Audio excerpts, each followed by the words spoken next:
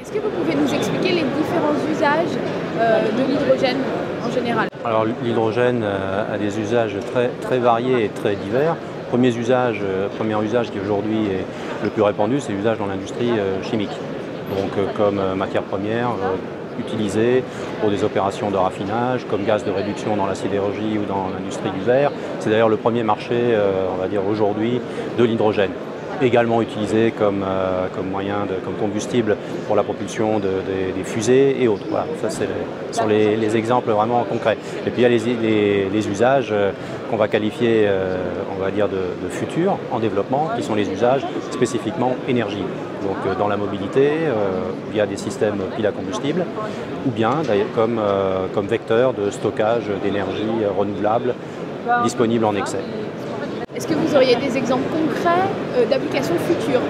Alors des exemples effectivement concrets sont, comme je dis, les exemples de type mobilité. Donc il y a une forte poussée actuelle de développement, déploiement, on va dire, industriel de projets mobilité hydrogène sur des véhicules particuliers. Les grands constructeurs de type Toyota, Daimler, Nissan, Honda, Hyundai ont tous des programmes de développement et prévoient une commercialisation à l'horizon 2015-2017.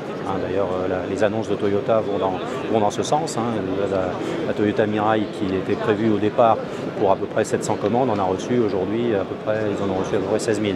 Donc ça montre un peu l'engouement et l'Europe n'est pas en reste non plus, puisque de nombreux projets sont en cours de déploiement. Projets donc véhicules particuliers en Allemagne, au Royaume-Uni, en France également. En France, on a plutôt choisi la voie de la mobilité en flotte comme premier déploiement, mais tous ces travaux sont en cours et on devrait voir bientôt les premiers véhicules circuler, on va dire, de manière visible. Ça, c'est un premier exemple. Et l'autre deuxième exemple, c'est les applications stationnaires dans la micro-cogénération, donc production combinée d'électricité et de chaleur résidentielle. Vous avez déjà pratiquement 100 000 systèmes de ce type qui ont été mis en service au Japon et on commence maintenant à en avoir beaucoup plus également en Europe avec des programmes correspondants soutenus par les gouvernements et par l'Union européenne. Quelle est la tendance de fond du développement de l'hydrogène?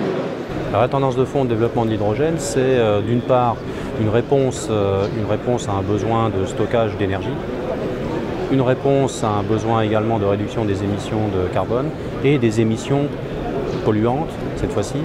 Le CO2 n'étant pas un polluant mais un gaz à effet de serre, les émissions de particules dans les centres-villes. Donc en matière de mobilité, on est dans une tendance de développement de véhicules de plus en plus propres, de moins en moins émissives, avec comme réelle tendance de fond une électrification des véhicules.